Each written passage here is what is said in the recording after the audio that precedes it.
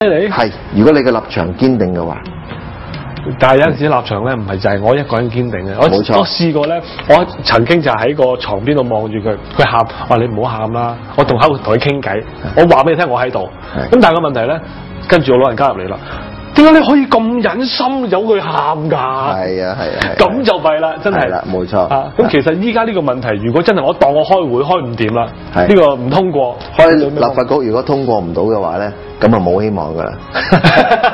咁啊，除非咧你啊將老人家就送咗去遊埠一個禮拜先至翻嚟啦，或者咧你就諗個辦法點樣夜晚嘅時候老人家唔喺度嘅，咁先至解決到呢個問題。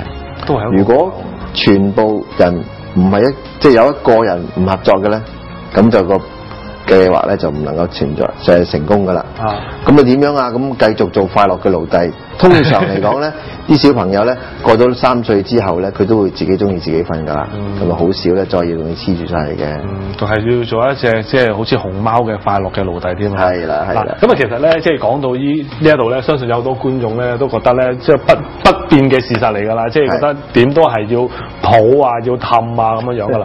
咁啊，但係其實咧，我知道有啲家長甚至乎咧就中意咧抱埋自己 BB 咧去自己嗰張床度瞓啊。係嚇，其實咁樣係咪一個好嘅習慣？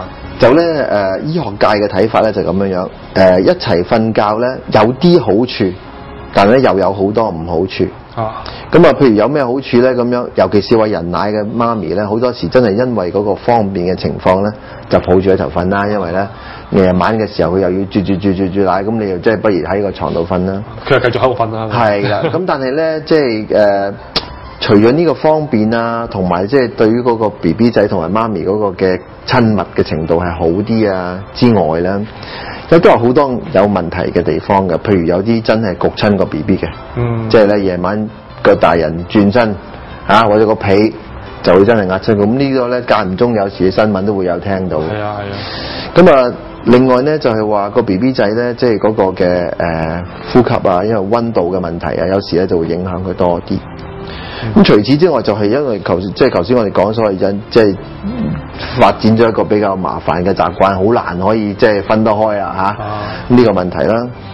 感染嘅問題啦，話呢啲咧都發覺咧就係一齊同即係 BB 同媽咪一齊瞓咧，嗰個嘅有機會感染嘅問題多啲嘅，就係呼吸道嘅感染啊主要。咁所以咧，即係醫學界都會話，如果你能夠嘅話咧，就唔好一齊瞓啦。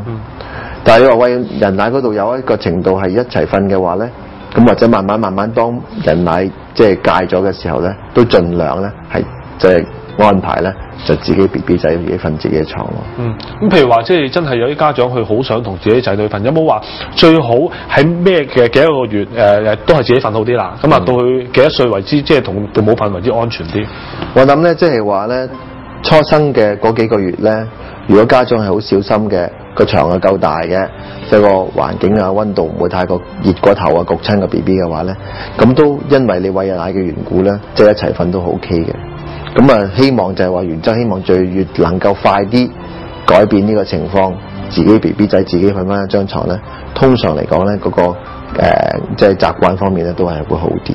咁譬如話，如果 BB 仔真係即係佢俾一個獨立空間俾佢自己瞓啦，咁個問題究竟係一個乜嘢嘅環境先適合 BB 仔去喺度瞓 ？OK， 咁啊，即係房裏邊咧就溫度就唔可以太過凍，又唔可以太過焗啦咁其實我都見到好多爹哋媽咪都好多時佢着太多衫唔使着咁多衫嘅，即係基本嘅薄嘅衫，即係有1-2層咧就已經足夠。咁被咧冚咧。如果 BB 仔嘅咧，咁個被咧就應該攝實啲嘅，即係攝住落個床嘅墊褥底嗰度，咁變咗呢個被咧冇乜喐動嘅情況，所以喺個床尾好啲嘅，咁個 BB 仔咧就唔會容易捐咗個被裏邊咧焗親個 BB 啦。咁啊，一般嚟講，我唔會提議話2歲之前嘅 BB 唔需要用枕頭嘅，因為咧即係佢哋咧個頭咧基本上都好夠大嘅個 size 咁佢就咁瞓平就得㗎啦。咁啊變咗咧個被就攝實咗。佢冇枕頭嘅咧，就好難有機會咧係會焗親個 BB 咯。咁啊 BB 仔而家一般嚟講都係話打昂瞓，即係話瞓背脊，個面向天或者打側，就唔好趴喺度瞓，因為趴喺度瞓咧可能會有機會焗親個 BB 嘅。